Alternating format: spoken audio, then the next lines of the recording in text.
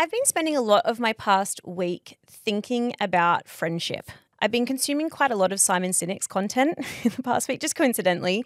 He is a speaker, he's a writer, he's a podcaster. He's currently writing a book on friendship. We have so many resources for things like success in business. We have so many resources for romantic relationships. We have resources for almost everything, leadership included. But we don't have a great deal of resources about friendship, of how to be a good friend, how to cultivate good friendships. And so I wanted to have a conversation with you today about what friendship means to you. We seem to prioritize everything other than friendship. We're really quick to deprioritize time spent within our friendships because other things are deemed to be more important.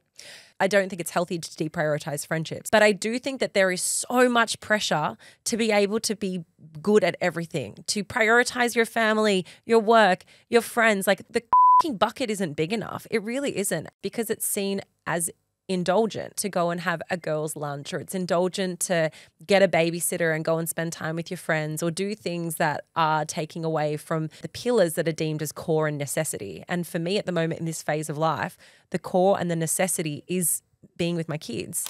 And when it's not being with my kids, it's making sure that Matt's had enough time to feel like he's, taken care of and our relationship's tended to, or it's making sure that my businesses aren't going down the gurgler. That everything is always screaming as a priority.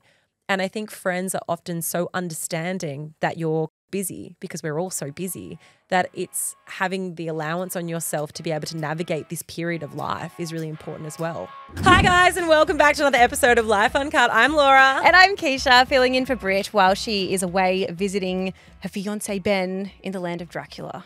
In the land of Romania. Also, I still have to resist every urge in my body to call you Producer Keisha when you're on the podcast. And it is all because it stems from one review that we once received.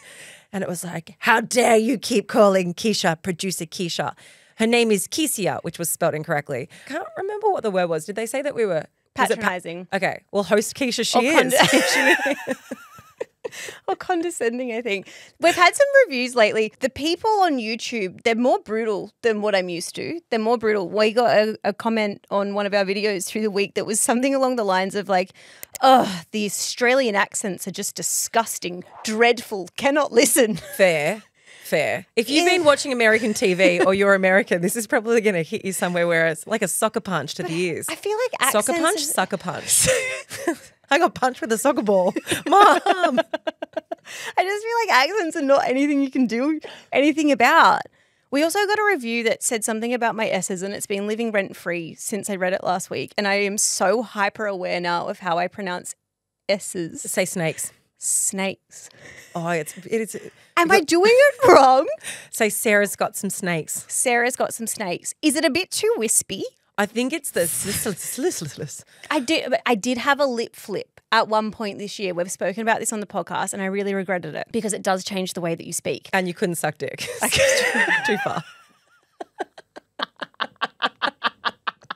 Two things can be true at once. I couldn't suck out of a straw, and it would also dribble out of my mouth. And that's fluids, too far. It was too much. No, like the fluid from a tea. Not any, very crass, Laura. I'm talking about like coffee would dribble out of my mouth. I absolutely know what you're talking about, but the proximity of me saying penis to you saying fluids was too close for my ears. I'm so sorry. But also the reason why Keish says it's living rent-free in her head is because, like, we're old dogs at this whole podcasting things, but we are very new to the YouTube. And YouTube, the way that YouTube works and the people who watch YouTube are not always from within your community. So, like, it gets cast, the net is wide and vast, and you'll have some random person who watches it who's like, who are these fucking weirdos talking about lip flips? I don't know. It goes way beyond your extended network, and that's where the reviews come from. So don't worry, your S's are perfect, Keish. You don't have anything to worry about. I think they are a little fantastic. Whistly, but to that person, I promise you I'm working on it. But Laura, I have a confession to make to you. Something that I also something that I also realized last week is that I have been doing things very wrong. And I think it's actually to the point that I've been doing something illegal without realizing that I was doing something illegal. How illegal are we talking? Are we talking like community service? Are we talking slap on the wrist? Are we talking 2 years in jail time? Slap on the wrist to maybe, because I'm such a repeat offender, maybe a little bit more punishment. I don't Like think a I'd go, fine. I don't think I'd go to jail for this. I'll let you decide, okay? I'll let you decide how big of a punishment I deserve for this. So I love a bit of DIY. I love painting what I can. I only rent, so I'm limited in what I'm able to do. But I like painting furniture. I like painting all different kinds of things. Keisha will make a coffee table out of some travertine. If you get her some good wood glue, she's at it. I love a bit of DIY. So in the past 13 years, whenever I've gone to do my DIY projects or paint a piece of furniture, I'll take myself to the hardware store, but I'll go there and I'll look at the paint swabs and I'll go to the people behind the counter and say, hello, can I please have a sample pot of this particular color? And they'll mix it up for me and I'll get my little sample pot and I will leave the store. And last week, you posted a video because you're renovating your house and you and Matt had this thing go up about, for this week alone, you can get a sample pot of this specific paint from Mitre 10 for free. And I was like, what? Why are they advertising that you can get a sample pot of paint for free? They're always free. They're always free. It's a sample. You go to Donut King, you get a sample of donuts for free. You go to the grocery store, they have the people there with the sauces and they're like, hi, would you like a sample of this? So how many pots of sample paint do you think you've stolen from Mitre 10? Like more than 15. Oh, that's okay. That's only like, what, $100? 150? I don't know how much they are, Laura, because I didn't know that you were supposed to pay for them. I don't know why they call it a sample pot. If it's actually just a very, very, very little pot that you do have to actually pay money for. So I've just been leaving the store. I don't think that you would be the only person to have gotten this wrong. Maybe that was like a very clever marketing tactic to make people realize actually you're supposed to pay for them, but for 1 week will give you a grace period. I don't think that you would be alone in doing this, but I also think it's on them. If they're not telling you to go to the counter to pay for it, because like, look, if you've never gotten a sample pot of paint, you go up to the one in the middle of the store, you say, I want a sample pot of this, and they give it to you, and then you just kind of walk around the store with it. In the same way that you'd walk around the store with anything else that you put into your trolley or into your basket. So you just then walk straight out and no one's ever stopped you. No one's ever, nothing. No, but You're I mean, fine. No one's coming for you. Never in my entire life have I left a hardware store with just one item. Like it's like a paradise of DIY things, right? You always pick up, it's like Kmart. You can't just leave with one thing. You get like 10 things. So I'll go through the self-serve checkout and I'll scan everything else, but I'll just put the sample pot in my belongings. Keisha's like, can I also get a sample of spack filler, a sample of wood glue, and some sample paintbrushes? Thank you.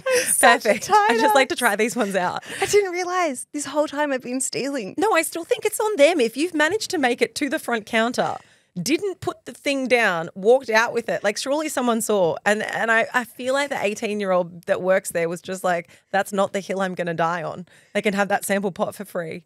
Yeah, maybe. Maybe they kind of thought that because I purchased everything else. But you know, You people who deserved a go through, freebie? like people who go through self-serve, they so conveniently, I just forgot to put that through. That would have been what I looked like, but I didn't forget. I genuinely thought that I was supposed to get it for free. I thought it was a sample. So No, but self-serve has changed so much now. If you go into Woolies or into Coles, it now has all of the cameras, so it detects exactly what you're putting down. So you can't be like, oh, these are the cheap tomatoes, not the ones with the little vine on top of them. You can't like fake what thing it is. And also, if it thinks you have things that you haven't put into the basket, a big alert comes up now because it films you the whole time that you're putting your groceries out onto self-serve. so much harder to be dodgy. Yeah, stop stealing groceries, everyone. But look, I have a question for you. And this is, as someone who is in a long-term relationship now, Keish, and I kind of want to ask this to everyone listening as well. If you are in a long-term relationship with your partner, well, hopefully that's who you're in a long-term relationship with your partner, do you lie to them? Do you ever lie in your relationship or withhold information that would pertain to lying? There's a TikTok that's going viral at the moment from a woman who says that she tells her husband absolutely everything. This is at West Coast Mama. She's posted this viral video and it really, I think, raised some very interesting questions. Have a listen to this. Hi, quick question. Are we lying to our spouses, or because I'm reading this book and this girl's talking about how she and her husband are so different than their friends because they don't lie to each other. She has a friend that will sneak clothes into the house and she will put the clothes in the closet and nip the tags off so that he doesn't see the price. She has another friend who hides facials and haircuts and getting her nails done from her husband. So my question is, we're not lying to our spouses, right? Like, if you're not in danger, you're not lying, right? If you are in a safe, happy, healthy marriage, we're not lying to our spouses. Because the moment something happens, the first thing I do is I text my husband. If he doesn't answer, I call him. If he doesn't answer, I FaceTime him. And if he still doesn't answer, I'm sending a fucking carrier pigeon, okay? There is not one thing in this world that would happen that I would keep from my husband. And if you are keeping things from your spouse, why? So I want to pose this question to you guys because I think that there are two types of relationships. There are absolutely, and I'm talking about healthy relationships, there's many types of relationships. But there are definitely people who share everything, who don't feel the need. And I think it mostly is around like purchases and it's around like spending. A lot of these types of like secrecy comes around when it centers around money. There's people who are super transparent. And then there are people who are quite happy to, you know, it's easier to say, I've had this for ages rather than saying it's a new shirt or a new dress or a new whatever.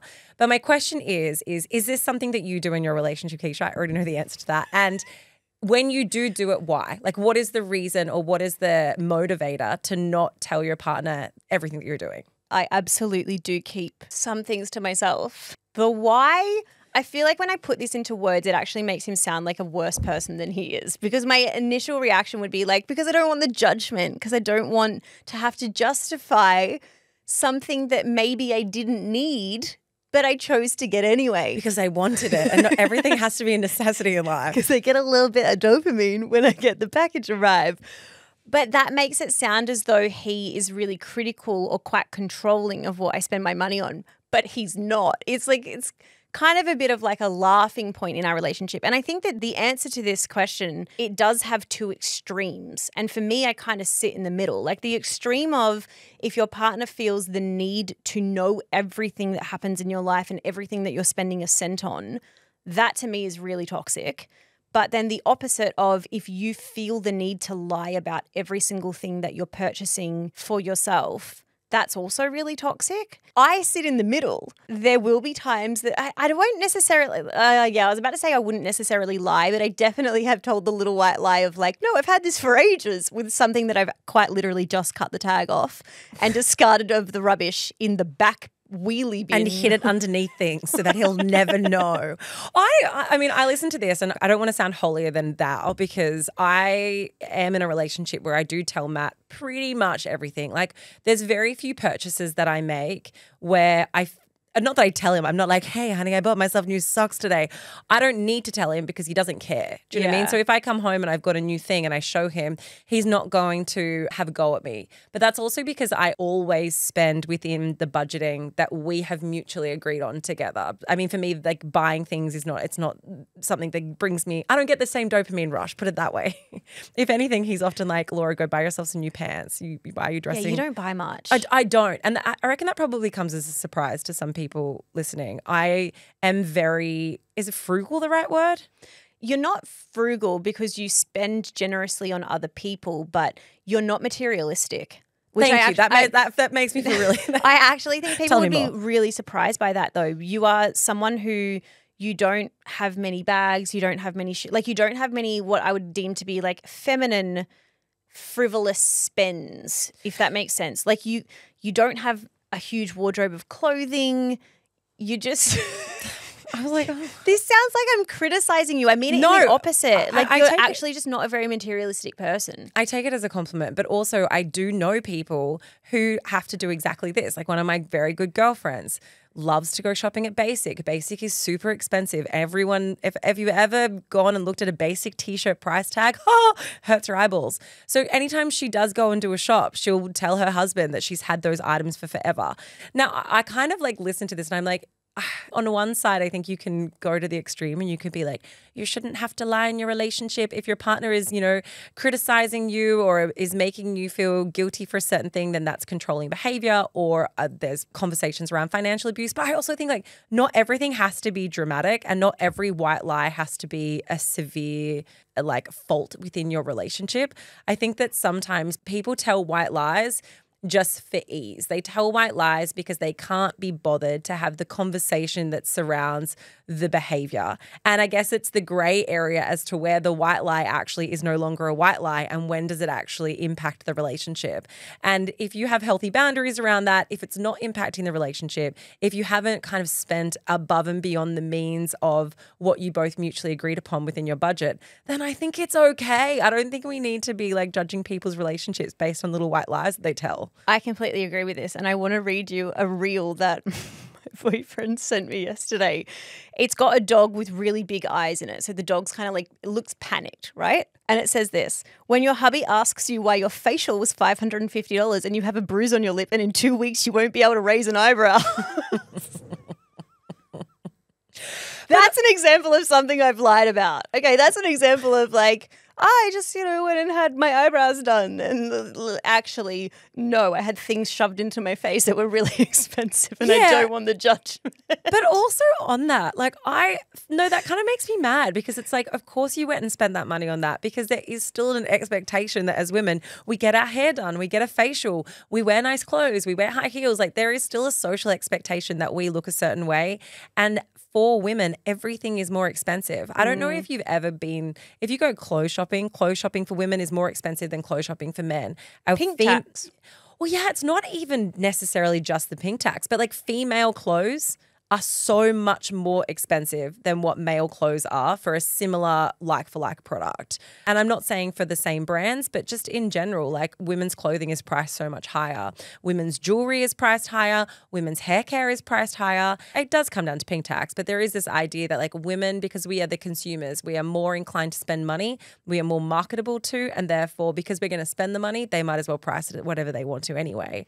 It's frustrating because it's like, well, it costs me more to live, so I should have a higher budget than you. Yeah, I don't think that's the reason that I kind of keep things, I don't want to say secret because again, it makes it seem too extreme. I don't open my mouth about things that I don't have to open my mouth about. If a package gets delivered while he's not there, he doesn't necessarily need to know about it. But it's because we don't have shared finances. So we have completely separate bank accounts. I have no transparency over what goes in or out of his account. Same with mine for him. But we live together, so we have to split the costs of things, and he pays for more because he earns more than what I do. So we've kind of had discussions about that, and sometimes I do find it a little bit like I may be being a little hypocritical by being like, well, you can pay for more because you earn more if then I'm also spending all of this money on things that I don't necessarily need. Maybe there's like a guilt attachment to it. There is a guilt. Yeah, maybe it's more so, it's not so much fearful of the criticism, but there is like a small feeling of guilt, like a knowing I shouldn't be spending my money on this, but I'm going to do it anyway because it makes me feel good. So I'll fucking deal with the repercussions later. Because I get a little dopamine hit when I hit purchase. And then again, when it gets, when there is no feeling in the world like when you've purchased something online, but you've forgotten about it and then it gets delivered. Never happens to me. I have never purchased something and forgotten that I've purchased it. That's amazing. That's your ADHD flaring. The feeling when it gets delivered, it's like a surprise to yourself. It's also free because you've already paid for it and you've forgotten about the fact that you paid for it.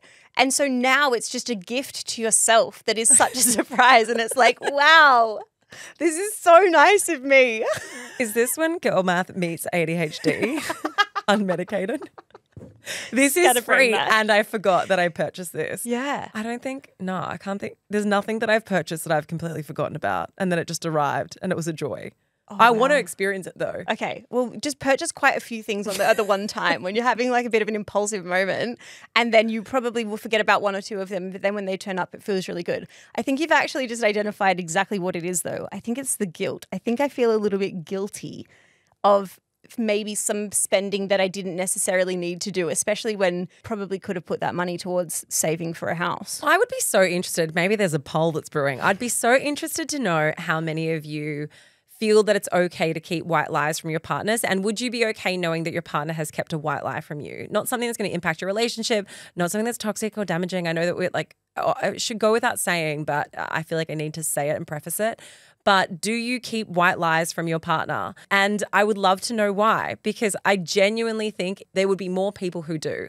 And I also don't think that it is a problem to keep things from your partner. You are your own person. You are allowed to have autonomy in your relationship. You do not have to cohabitate as one single unit in every single thing that you do, but to have a healthy relationship. You're talking about white lies, but I'm also interested in You're talking about lies. like lies of omission. Yeah. Where you've just omitted. That's still a white lie facts. though. I think if you're not giving details, if you're purposely not giving details about something, which means that that person doesn't have the full picture, it's not necessarily a white lie, but it's also not the truth. So what is it? I'm just thinking about like on the days where maybe I've gone and gotten something like hair's kind of obvious though. Sometimes you can have things done like skincare treatments and whatever, or laser or what, you can get away with omitting that. Like if they ask you how your day was, you can just not mention the fact that you went to an appointment. But also you shouldn't have to admit every single thing that you're doing to your partner. You don't need to give them a running timetable of every single thing you've spent on yourself. Like that to me. Thank you. That's how I feel. Yeah, that to me is crazy because you don't need to ask for permission for every single thing that you spend your money on. I don't need to lie to Matt. I don't lie about the purchases, but I certainly don't tell him everything because that's fucking boring information. Like he doesn't need to know. He doesn't care if I bought a pack of 6 razors. Why would he? And if he does, like that's a bigger problem. But I think that that's for a purchase that is a necessity. I'm specifically talking about things that you didn't necessarily need. Guys, I did not need Botox, nor did I need Profilo, but I certainly didn't sit him down and be like, hello, this is what the bill was for my most recent Profilo. Also, guys, yeah, I know 6 months ago I said I hadn't had Botox. Well, I got some recently and I didn't tell Matt about it, but he figured it out. Yeah, they figure it out because you get bruises. Nah, he figured it out because he was like, frown, be angry. You're like, I'm just really happy with you. I just haven't been upset with you for quite some time. He's like, why does your skin look so good? And I was like, damn it, it's so effective. Fuck. It's so expensive. Anyway, I didn't tell him about it. Worth every cent. Loz, I've been spending a lot of my past week thinking about friendship. And it's something that we talk about, I would say, quite a bit on this podcast. It was actually something that you and I spoke about one of the last times that we did an episode together, just the two of us. And the response that we got from it was really massive. And the reason I've been thinking about it so much is because I've been consuming quite a lot of Simon Sinek's content in the past week, just coincidentally. He is a speaker, he's a writer, he's a podcaster. You may be familiar with what he initially went viral for like a really long time ago. It'd have to be more than 10 years ago now, was the Find Your Why. So he was all about finding purpose in your job, your relationship, your reason for existing, basically, is what his initial body of work was. And he has been on quite a few podcasts and YouTubes lately because he's currently writing a book on friendship. Now, he's 50, he doesn't have kids, and he's never been married. So his views on friendship are that they're incredibly important and that they're probably more important than what we have been led to believe that they are. He also goes on a lot about how we have so many resources for things like success in business. We have so many resources for romantic relationships. We have resources for almost everything, leadership included. But we don't have a great deal of resources about friendship, of how to be a good friend, how to cultivate good friendships.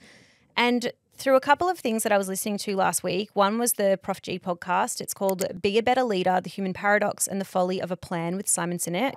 And there was another YouTube that I watched as well, which was with Trevor Noah, and that was on friendship, loneliness, vulnerability, and more. I'll link both of those in the show notes for you. But it really left me with a question of what I am currently looking for in friendship and how that has seemingly evolved quite rapidly for me in the past maybe like year and a half. And so I wanted to have a conversation with you today about what friendship means to you and whether that has shifted throughout different life stages, whether it's shifted throughout different priority stages. And the priority thing is something that I found really, really interesting because one of the main points that Simon made in various podcasts that I've now listened to was that we seem to prioritize everything other than friendship. If you have a work commitment come up, we're really quick to say, hey, I'm so sorry, I need to cancel our plans because I need to be in a meeting for this or that. Or like we're really quick to cancel plans with friends. We're really quick to deprioritize time spent within our friendships because other things are deemed to be more important. So, Keish, you wrote this. I mean, we have like a group chat, which we're all in terms of like what content we're going to talk about, how we're going to, navigate the podcast for the week. And Keish threw this into the mix of things that she wanted to speak about. And I will be perfectly honest, because when you sent this through, and I watched all Simon Sinek's podcast and I listened to some of the talks that he's done, and he's speaking about how this is a body of focus for him now, this unpacking the tools to be a better friend, the why around friendship, and this under-resourced part of our life. And my first reaction was, I don't really want to speak about this because I feel ill-equipped at the moment. And the reason for that is because I feel like I'm in a phase of my life, this period of being 37 years old, of having 2 young kids, of trying to run multiple businesses, of trying to be a good wife. I feel as though I am not a great friend at the moment. And so I was like, I don't really want to be on a podcast talking about friendship and how to be it's going to make me feel upset, how to be a good friend when I don't necessarily think I am one at the moment. Did not expect to get sad. But I also think that there's a little bit of, and I don't want to say BS on it because I don't think it's healthy to deprioritize friendships. I'll be the first to say that. But I do think that there is so much pressure to be able to be good at everything, to prioritize your family, your work, your friends. Like the fucking bucket isn't big enough. It really isn't. And depending on how many friends you have or what those relationships are to you, they are often the first ones that are sacrificed in some ways. I'm not saying that you just discard people, but they are often the people that you have less time for. And it's because it's seen as indulgent, and it's indulgent to go and have a girls' lunch, or it's indulgent to get a babysitter and go and spend time with your friends, or do things that are taking away from the pillars that are deemed as core and necessity. And for me at the moment in this phase of life, the core and the necessity is being with my kids. And when it's not being with my kids, it's making sure that Matt's had enough time to feel like he's, taken care of and our relationship's tended to, or it's making sure that my businesses aren't going down the fucking gurgler. That everything is always screaming as a priority. And I think friends are often so understanding that you're quote unquote busy, because we're all so busy, that it's having the allowance on yourself to be able to navigate this period of life is really important as well. Yeah, that is what I think I'm quite interested in, how much this idea of responsibility seems to trump our importance of friendship. But I also think it's really interesting to unpack how much what you want out of friendship evolves over whatever period of life that you're in. For Simon, he's 50, he's not married, and he hasn't ever been married, and he doesn't have children. Which is also why when I watched this, there was a part of me that kind of felt a little bit resentful towards him, because I felt like, well, it's so easy for you in the place of life that you're in to give advice around how important friendship is. Everyone's aware that friendships are important. I mean, there's so much data out there around how it is connected to longevity, it's connected to community, it's connected to like reaching a ripe old age, having a great friendship circle. But I think that's easier to do when you don't have all of the other pressures. Because I'm like, cool. And I don't want to oversimplify it, because I'm not just saying people who have kids have it harder, not by any means. But having children does mean that there is a whole additional pillar that you have to make time for that you don't have to do if you don't have them. So his experience and his ability to make time for his friends is very, very different to what other people would be experiencing and the place in life that they're at. Yeah, and I think that for someone who is in Simon's position, like I understand why friendships are so deeply important to him, because in terms of the relationships in his life, friendships take up a huge portion of the pie. But from what he was saying, something that I really sat and I thought about a lot is this question of like what I actually want out of friendship. Because for me, I don't have children. I'm in a situation that's pretty similar to Simon's, other than the fact I have a boyfriend. Yeah. And I don't know whether he has a girlfriend, but all I know is that he's not married. So I have really sat and thought about what I actually want out of friendship and how much that has changed over the course of time, because I'm someone who has always had a lot of friends around me. And I've moved to a lot of different cities. I've lived in, I think I counted at one point, and it was like 11 different cities. I moved around a lot for work, and also just because I like to travel and live in different places. I've also never met anyone quite like you, Keisha, in terms of you are the type of person who can make friends wherever you go. Might meet someone who is, we meet them in passing, and then 3 weeks later, Keisha's like, oh yeah, I caught up with that person. We had coffee and we did the Bondi walk. Like, you make instant friends. And I think that that's like a really admirable and beautiful quality of you. I appreciate that. I'm very privileged in the sense where I say, like, I've never struggled to make friends, and I don't necessarily know why that's the case. I just haven't. Interestingly, a sign of like a symptom that a lot of people with ADHD experience, which was something that could not have been less true for me, is that they really struggle to maintain friendships.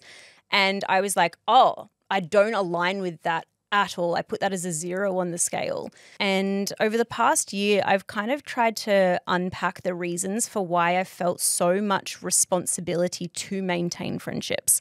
And actually quite a lot of pressure. And I felt a huge amount of guilt. Like it would be a really, really common occurrence for me to be like, oh my gosh, I haven't spoken to that person for a week. I need to message them. They're going to think I'm a really bad person for not checking in on them. And I felt as though I always, always, always had to be making so much effort with the friends in my life. And honestly, I don't think it's a coincidence that I've seemed to not require the amount of intensity of friendship because I'm in a committed, stable relationship now.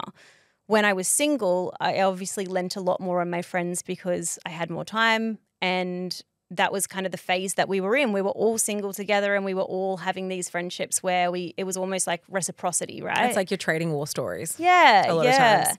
Or also they're the people that you go and spend time with to go out and to meet new people and to be able to go to the pub and the bar, or like, there's a real social aspect to that. I just want to go back a second because I'm very interested in it. Why is it that people who have ADHD find it harder to maintain friendships?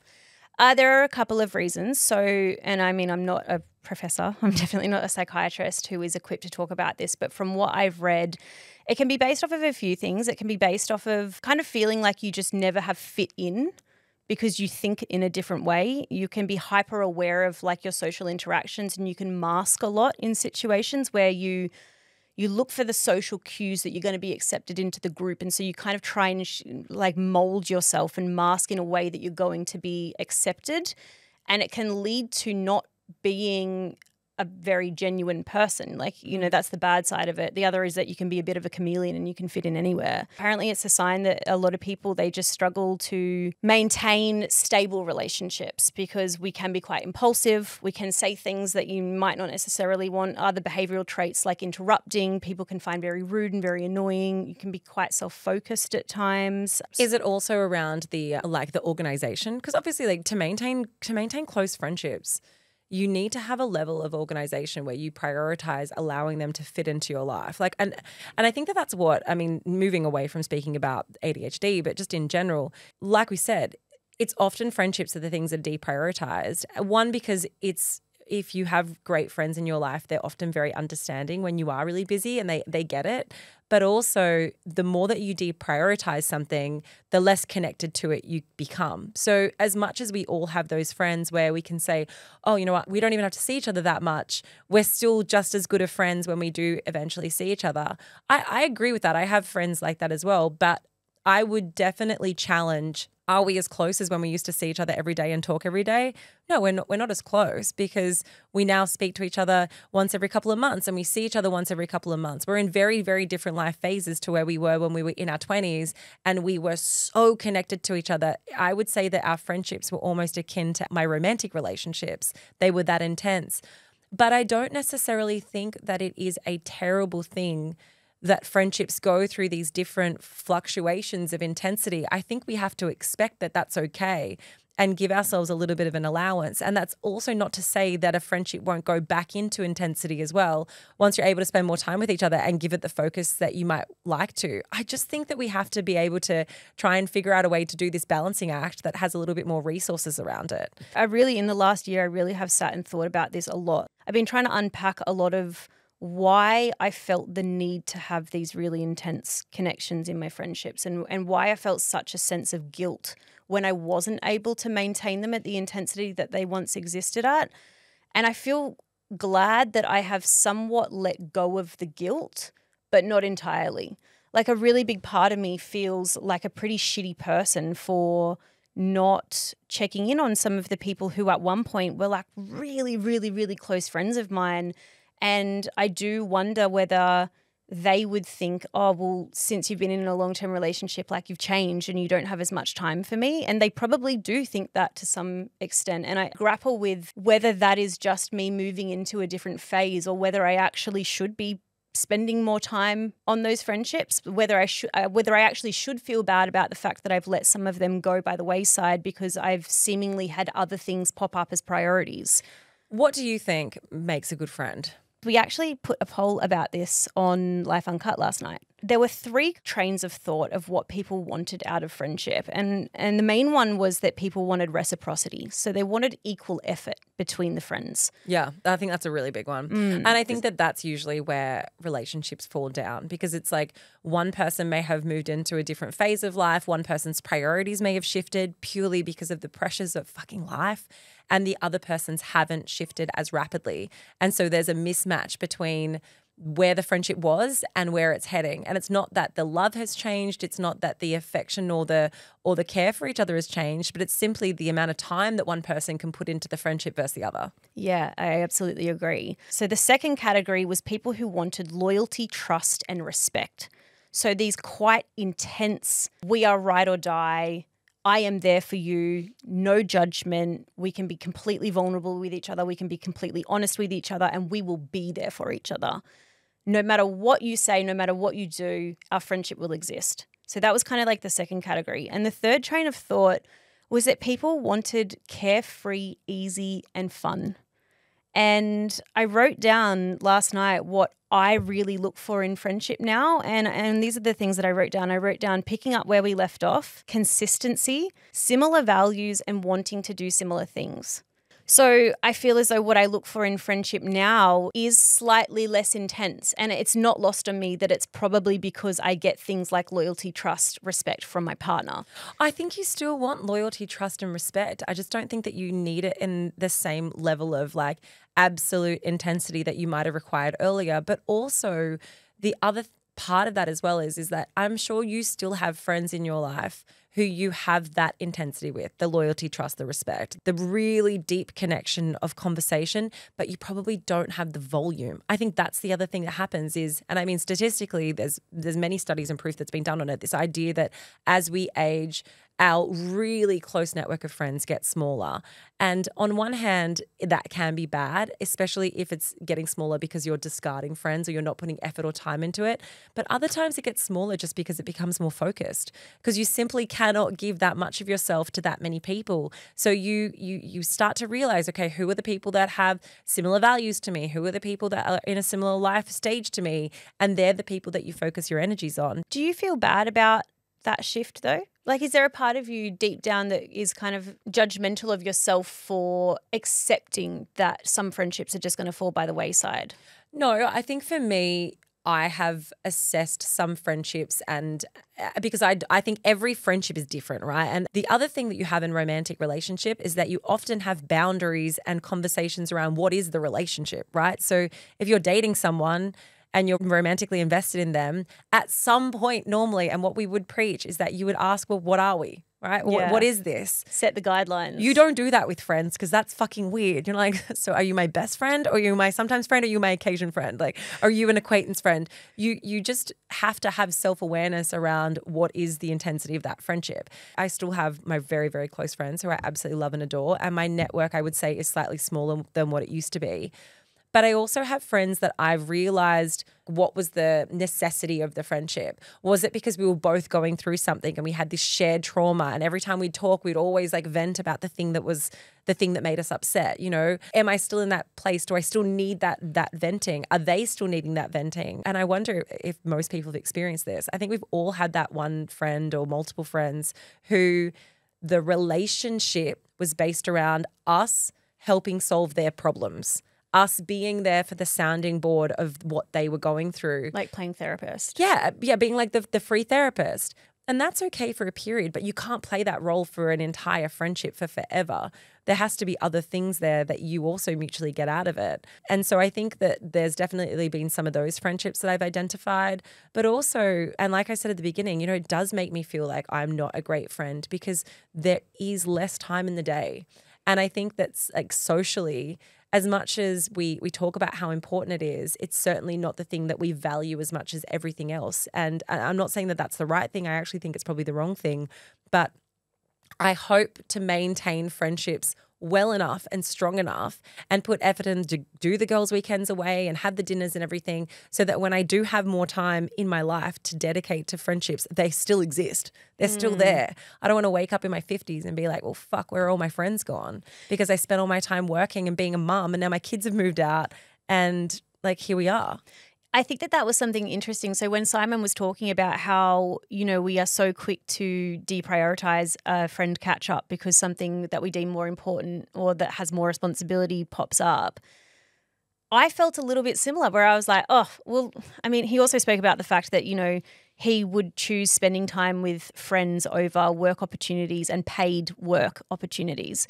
And my initial response was like, oh, well, that's a really privileged position to be sitting from. Like you can turn down work opportunities when you've got enough money to turn down work opportunities to catch up with your friends. Like that must be nice. But then when I sat with it a little bit, I actually realized that was just me trying to kind of justify away why I've made those decisions and why I've prioritized work so much more.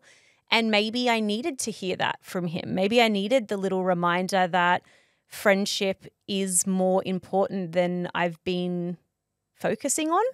Maybe I've almost given myself a bit of a get out of jail free card to not put as much effort into the friendships as what I should have. But have you experienced what I would deem to be like a friendship breakup, like a breakup of a friendship that was as intense as the breakup of a romantic relationship? Well, I think there's two kinds of friendship breakups. I think there's the breakup, which is like an actual breakup, like something happens and you have to actively not speak to that person anymore or, and it's quite dramatic.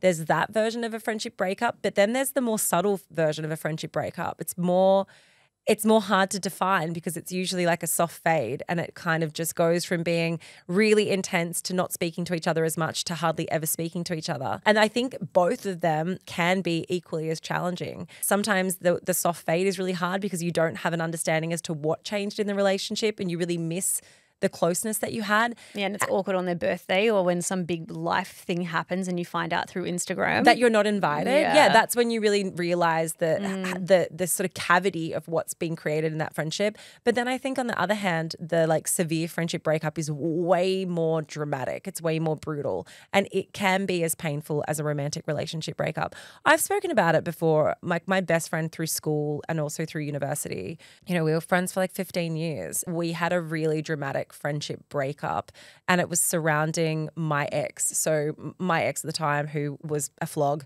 and I needed to learn those lessons, right? Like I really needed to learn those lessons for myself and she wasn't and didn't want to be there for it. And I absolutely understand her reasonings. I know why she didn't want to be there for it. She was like, I can't be friends with you whilst you're dating someone who's like this fucking, this is so toxic. It's unhealthy for you. It's unhealthy for our friendship. It's just not good. And I understand why she did what she did. But I think I also had a lot of resentment for it because in my mind I was like, you don't just give up on your friends because they're dating bad guys. So it was very, very, very dramatic. And I think it came at a time where maybe our friendship needed to shift anyway. But it was really hard then saying to people because it was always the two of us. We were always together. It was really hard explaining to people that we no longer were friends, that we were no longer speaking. It was almost like explaining to people that we'd had a breakup. I experienced something so similar. Like my friend who I would call us soulmate friends. People used to think we were sisters because we looked so alike and we would quite literally spend every second of the day either talking or we were physically together. I felt as though no one has actually ever known me in the way that she knew me. Yeah. And we had an eruption of the friendship and it was my choice to end the friendship. And still that would have been 8 or 9 years ago now. And still to this day, I don't know whether that was the right decision to make. It obviously was a very emotionally charged decision because of what happened at the time. But I still think about it all the time. And I think about, like it's so weird to me, this person who I just knew so to their core. I've gone on to see that she got married to a guy that I was with her when she met him. And they've had a kid. And she has this whole life. Every single time I see something come up from her, I'm like, this is just so weird. Isn't it funny? Because it's kind of the same as like when you go through a relationship breakup, how you can like check on their Instagram and you're like, wow, I'm just no longer a part of that. I only found out, it wasn't actually that long ago. We stopped being friends years and years ago. And we are very pleasant with each other now. Like we've exchanged messages here and there. We will never have the friendship that we had, but we are absolutely like civil with each other. But we only started following each other recently again on social media. She had deleted every single photo of our 15-year friendship. Any photo that I'd been in, she had deleted. And I was like, it must have been as hard for her as what it was for me. You know, it's interesting. I think every single person has been through some type of friendship breakup. And as much as we talk about what we said at the very beginning, this idea that in everything else in life, there is resources, there is toolbooks, there is like how to manage this. Friendships is that one thing that is kind of gone by the wayside and kind of slipped through the cracks. And so I don't think it gets the validity that it deserves when it comes to like what a friendship breakup feels like and how to navigate that.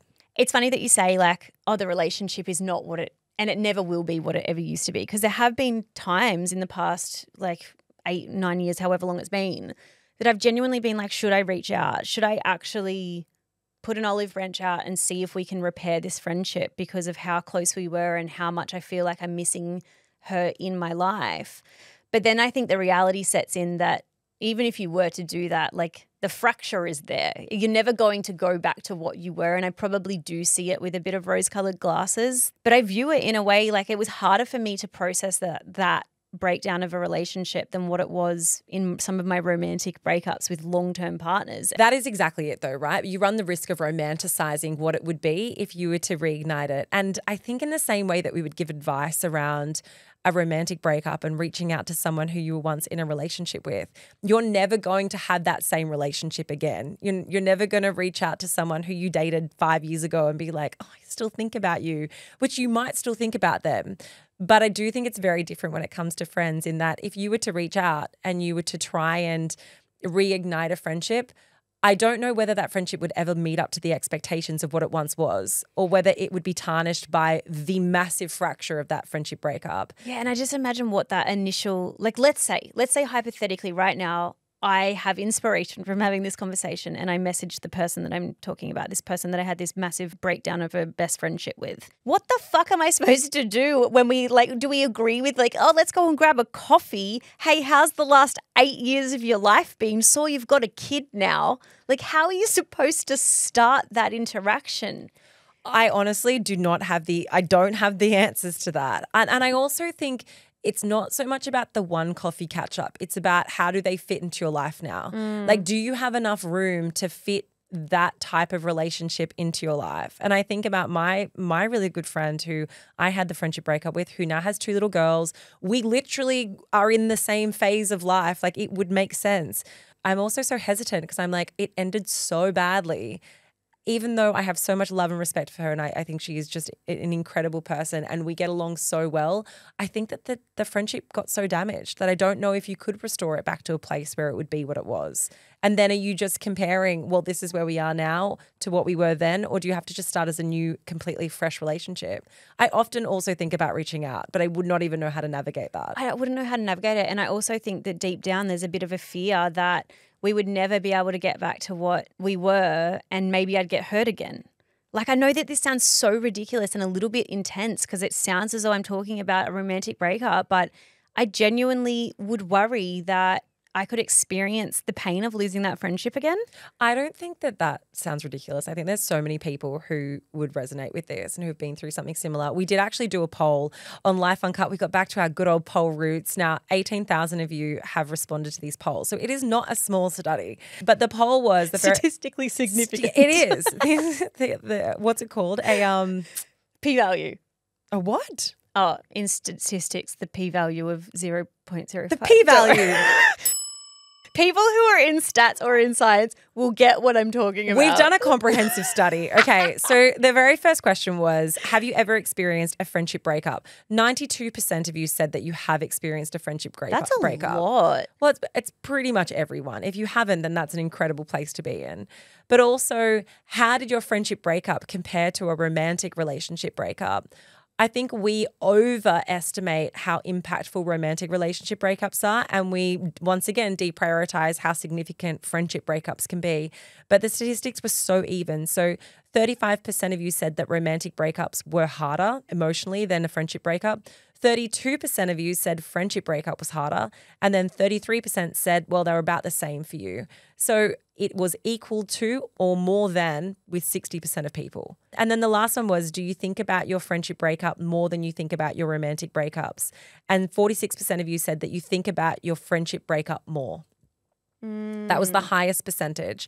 Only 16% of you still think about your romantic breakups, but those of you who have been through a friendship breakup, it still is something you think about in 46% of cases. It's so interesting to me because like we said, there's so much out there for people who go through those romantic breakups. There's so little out there for people who go through friendship breakups, but I think we ruminate on them exactly the same way. We think about, well, what would our life be now if we were to reach out to them? Is there space in our life to make space for a new friend if you were to do the work to make up? And also, would it even be something that you could, like, can you extend an olive branch when you've had such a significant breakdown? Or would the same reasons why the friendship broke down in the first place still exist? I want to add one more question of what would that friendship mean to you now? Are you lacking in your other friendships right now that makes you feel like you want that really deep connection with someone that you once had it with? Or do you just feel bad about the fact that it ended? No, I think it's really hard to find people as an adult that you absolutely radiate with and resonate with on like a deeper level. I think a lot of us have more superficial friendships. And I think a lot of people have, I don't want to say acquaintance friendships, but it's very easy to meet people who you have a pleasant and lovely time with. It's really hard to meet people who you have a really deep connection with. And that goes for romantic relationships, it goes for friendships. And so I think when you have found that person who, as you described, Keisha, like feels like a soul sister to you, and then you lose that, there is a hole that's missing because you're like, well, fuck, when's the next person like that going to come along? And sometimes they don't come along. And so then you're left feeling as though, well, maybe I'm never going to have a friendship with someone who understood me as well as that person once did. And I think that's like a really sad thing to try and overcome. I know that we've kind of bounced around a lot about all these different parts of friendship. And I feel similar to you, Laura, where I'm like, I'm not an authority to talk about this. This is more me actually having a conversation about something that I have genuinely been considering to do. Like I've been sitting and wondering whether I actually am a good friend and wondering what friendship means to me now and what I seek in my friendships and perhaps why that has changed. That's something that I will continue to spend a bit of time on because I'm not at a point of resolution now where I'm like, oh no, I'm okay with the fact that some of these friendships have fallen by the wayside because my priorities have changed. I think that's what I needed to hear from Simon's work. I needed to hear that friendship is a very important priority and perhaps I haven't been paying as much attention to it as what I maybe should have. I think it's a great question for everyone to ask themselves because I think it is so easy to not pay attention to it. But I think it's such a great question. Like, am I a good friend? Am I being a good friend? And it's okay if that answer isn't always yes. But I think what can you do to get back to being a place where you go, yeah, I am a great friend and I am there for the people who I love in my life. And in reciprocating that, they're also there for me. I don't want anyone to feel like that this is because like I said, the way that I felt about this when I first read it and I was like, fuck, another thing to not be great at. Great. Another thing to add pressure into life. It's okay to give yourself the allowances of sometimes not having the ability to prioritize everything. But I do think it is important to have that introspection and go, okay, well, am I making time for the things that I really care about in life? And am I making time for the things that I value? And if the answer is no, then what can you do to get back to a place where you feel as though you're able to do that? All right, it is time for Accidentally Unfiltered, your most embarrassing stories. And this one, holy fucking dick. This got sent in the group chat and I read it out to Matt and he shriveled up into a tiny ball in the corner as I said it to him. So if that gives you any sort of visual reference for what went on, this is it. Just to add to your laser hair removal topic from today's episode, I was a Brazilian waxer for a while, or should I say a vagina designer. Ooh. And my colleague had just recently started at the salon I was working at. Now, she waxed someone who had a tampon in. And you guessed it, the tampon string was hanging out slightly and it was ripped out with the wax and splat across the room straight into the wall. Needless to say, there was mortification felt on both sides. Wild. Oh, How do you explain to someone, hey, I'm so sorry, I just ripped your tampon? I think she felt it. I don't think you need to explain it. But also, I don't know if I would go and get a wax if I had my period, if I was wearing a tampon. Sometimes you can't plan these things. Sometimes you got to book your wax when you've got the time and it comes. We're not all regular. Up. Tuck it up.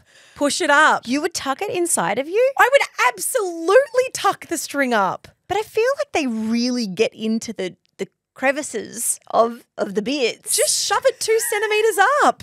What, and fish around to get it out? Someone is going to see, yes. If I'm going to go and get laser, I'm not going to do it. I don't get laser, let's be real. But if I was going to go and lay their spread eagle, yes, I would tuck it up. Is that crazy? Am I crazy? I don't know. I have never thought about that. No, I would just expect that they would be able to navigate their way around the very clear white cotton string. But maybe it was only just hanging out by like a tiny tuft. Also, the like a little bit more confronting though. If you're like ready for a wax and you've got a full tampon string hanging out, like that's brave. That's a bold woman. I'm here for it. What do you do afterwards? Do they give you a tampon to go and replace it? I think you have to wipe the wall down. I don't think you can leave that to someone else. Who wipes it though? The patient? The patient, absolutely. Sorry, if someone's flung my tampon out of me, I'm not going to go and clean up after their mess. They created it. It's no, Keisha, no. Would you really make someone else clean it up? I wouldn't feel responsible for it. I feel like you caused that fuck. Yeah, but would you not like out of just the decency and kindness like get up with like a little bit of a dead old wipe and go and wipe it up? Yeah, because I'm awkward and I'm a people pleaser, but not because I feel like it would be my responsibility. I would just do it because this situation was so awkward. Imagine if she still had hair to go and you had to lay back down. You'd have to go get another tampon in. You'd have to go re-tampon, but I mean then you'd be worried about what's going to happen with that one. So fucking wild. I think that is the wildest story that we've been sent, to be honest. Oh, God. All right. Suck and sweet. Keisha, what is your suck for the week? My suck for this week is that for quite a long time on the podcast, my boyfriend asked for me to not really speak about him at all, and now I am hyper aware of the whys. But he also asked me initially... Toblerone. Yes, we don't name him. He goes by Toblerone. That's the nickname that Britt gave him when she first met him. He initially asked me not to talk about his profession, and that has changed. So he's a doctor, and at the moment in the particular field of his training, he is in the kind of like specialty training area. And as a part of his specialty area, they have to sit this exam, and it's nicknamed the 1,000-hour exam. And it is going to be the most challenging and difficult exam of his life. It was $6,000 just to sit the exam. So he has been studying.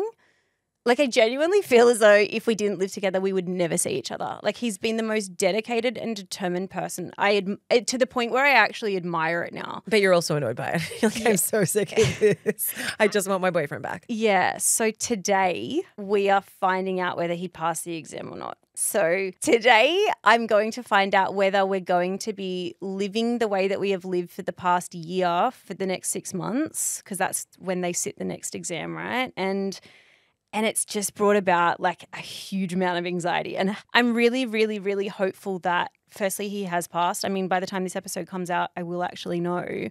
But I'm just so hopeful that our life can go back to actually spending time together and getting to do the things that normal people in relationships do. And it's such a unique experience because I think unless you I have very, very little connection to anyone who's in like the medical world or the medical industry. But I do have friends who have sat this exam, and I know like I lost them for a year. They just I never saw them for an entire year because that is how all-consuming this exam is. The amount of hours that you have to put into studying is like unparalleled from any other industry. So unbelievably crazy. Yeah. So anyway, my suck is that for the past week, because this date of like we're going to find out has kind of been looming, and I just feel as though the anxiety rising in my body has gotten so bad that we're like, neither of us are sleeping, and we're kind of a bit like, what is going to happen in our future based off of this exam? But my sweet for the week is I really feel as though I have got my mojo back. So for the past couple of months, I've just been feeling this real like meh attitude, this lack of motivation. I haven't been eating particularly well. I definitely haven't been exercising. I've been sleeping pretty well.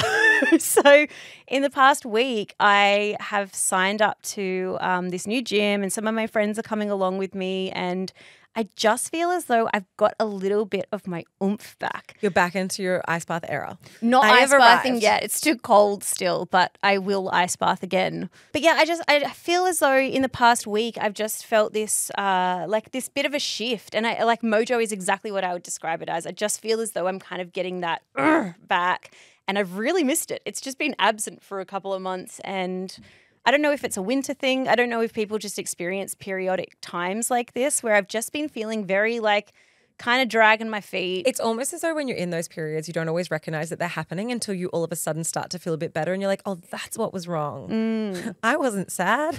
I just needed a holiday. Yeah, and I wouldn't classify it as like a depression wave because I've experienced those and it wasn't like that. It was just like a meh.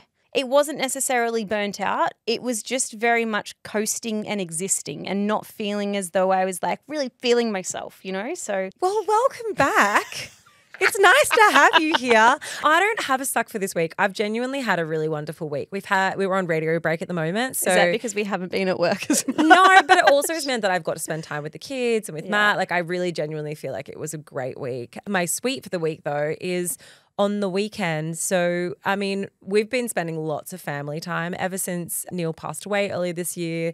We've really been spending a lot of time with mum and had been prior to that too, but just to make sure that she's like good and she's, you know, surrounded by people who love her. But on Saturday, one of Neil, my stepdad, who passed away, his really good friend owns Sydney Brewery and he created a beer. It's called Lenny's Lager. And so we had an event on Saturday for him, which was like a bit of a fundraiser for cancer research as well. But it was really cool going into this brewery and like seeing all the beers lined up. And they've got like your pale ale, your Tooheys New, and then Lenny's Lager is one of the beers that you can actually get from the brewery there. And it's just a picture of Neil playing his trumpet. He was a fucking keen beer drinker. Like he loved his boutique beers, which means it's no surprise as to why he was like very good friends with the guy who owned a brewery. Yeah, it was just a really, really nice day with all of our family, our extended family, his friends. But it's also really sad because you have these days and you're like, this is so great. And the person who would have loved this the most can't be here to enjoy it. But it was really, really beautiful. It was a really awesome day. So did he know that was going to be created for him? No.